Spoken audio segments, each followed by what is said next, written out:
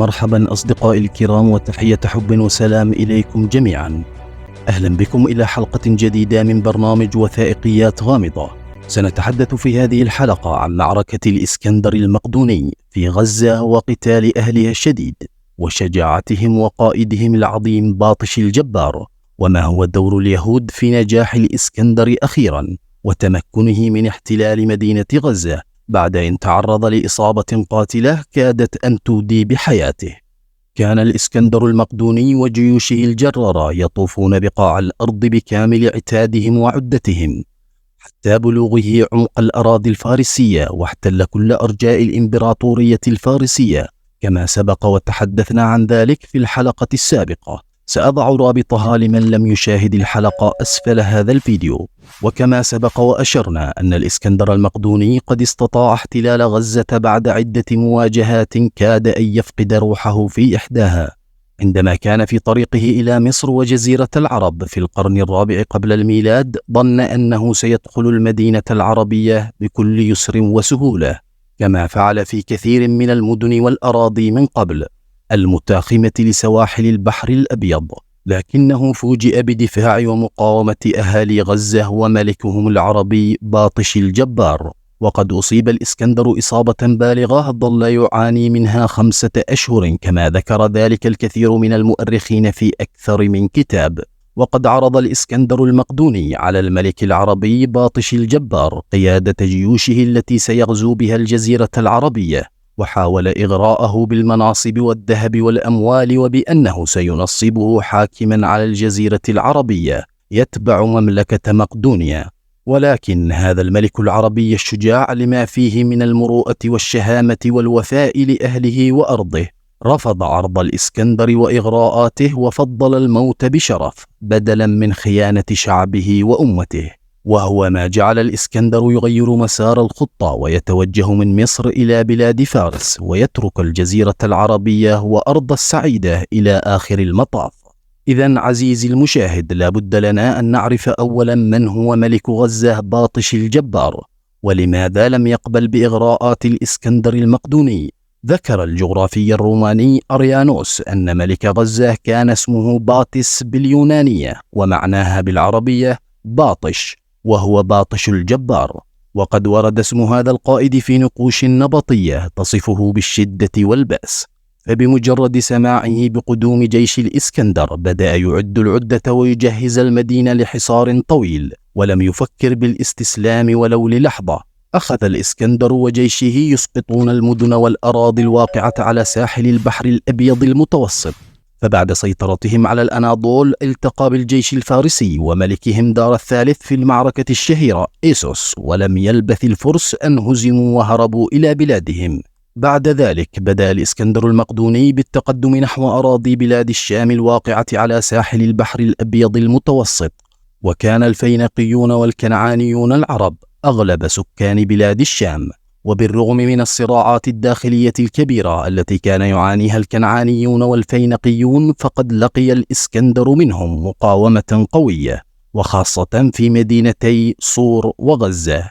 إلا أن مقاومة أهل غزة عن بلدهم كانت الأعتى والأقوى، وقد اعترف بهذا الإسكندر المقدوني بعد مقاومة شديدة من الكنعانيين العرب في مدينة صور ضد الإسكندر وجيوشه، وحرب طويلة غير متكافئة العدد والعدة. يدخل الإسكندر المقدوني مدينة صور القريبة من مدينة غزة ويحتلها، ومن هناك يواصل الزحف نحو أراضي بلاد الشام المحاذية للبحر الأبيض.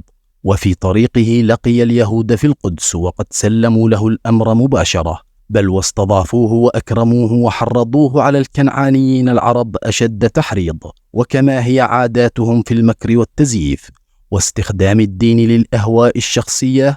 أخبروه بوجود نبوءة عندهم في التوراة عن النبي دانيال تتحدث عن مجيء الإسكندر من الغرب، وبأنه سيقضي على العرب والفرس وكل من يقف أمامه. لم يعد أمام الإسكندر في بلاد الشام سوى احتلال غزة، ومن ثم يحتل مصر والجزيرة العربية.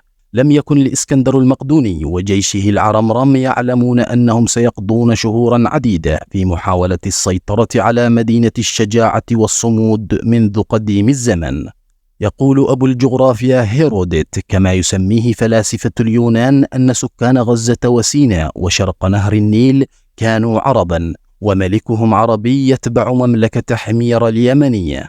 وقد عاش هيروديت في القرن الخامس قبل الميلاد، أي قبل زمن الإسكندر بقليل. وذكر هيروديت أيضا أن العرب في غزة وسيناء وغيرها من بلاد الشام لم يخضعوا لدولة الفرس كالشعوب الأخرى التي أهانوها وخضعت لهم، بل تحالفوا معهم ضد الفراعنة تحالفا وليس خضوعا كغيرهم من الشعوب.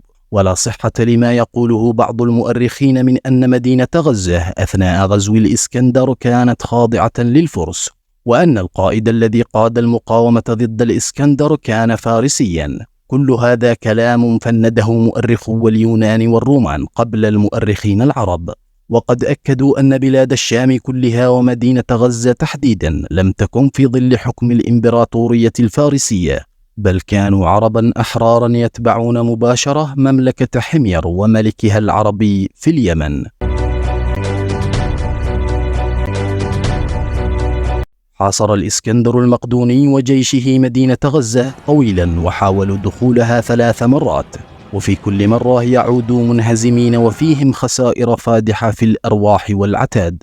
اضطر الإسكندر بعد ذلك إلى نصب الآلات والمنجنيقات التي استخدمها في حصار مدينة صور، إلا أن عرب غزة هاجموها وأحرقوها، وبعد إحراقها هاجموا الجنود المقدونيين الذين كانوا متحصنين في مراكز القيادة خلف تلك الآلات. ما اضطر المقدونيون بالانسحاب إلى أماكن جديدة وكادوا ينهزمون هزيمة منكرة، إلا أن الإسكندر أدركهم بجيش ومدد ومساعدات قوية في الوقت المناسب، وبدأت معركة جديدة حامية الوطيس بين طرفين غير متكافئين عددا وعدة. وقد أصاب أهل غزة الإسكندر إصابة بالغة كادت أن تودي بحياته، وظل يقاومها 5 شهور كما يقول المؤرخون اليونان، ليدخل الإسكندر غزة بعد ذلك ويذيق أهلها أنواع العذاب انتقاما لما لقيه منهم.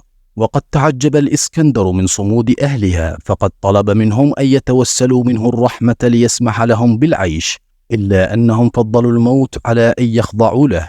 وذكر المؤرخون اليونان أن رجلا عربيا من أهل غزة تظاهر وقتها للإسكندر بالاستسلام، ففرح الإسكندر لرؤيته عربيا يستسلم ويتوسل، واقترب منه ليخرج العربي بدوره خنجره ويهوي به نحو الإسكندر لقتله، وبسرعة فائقة يتجنب الإسكندر الضربة وينجو، ثم يقتل الإسكندر ذلك الرجل العربي الشجاع. كان الإسكندر المقدوني يتمنى أن يكون هؤلاء الأبطال في جيشه ليدحر بهم كل الأمم.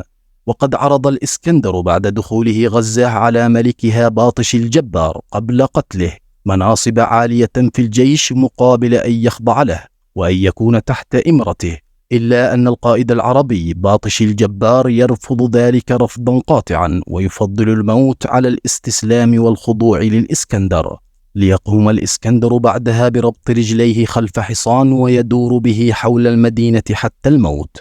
البعض قد يتساءل كيف ساهمت غزة وأهلها في فشل مشروع الإسكندر وقد احتلها وقتل قائدها. حسنا، سأخبركم.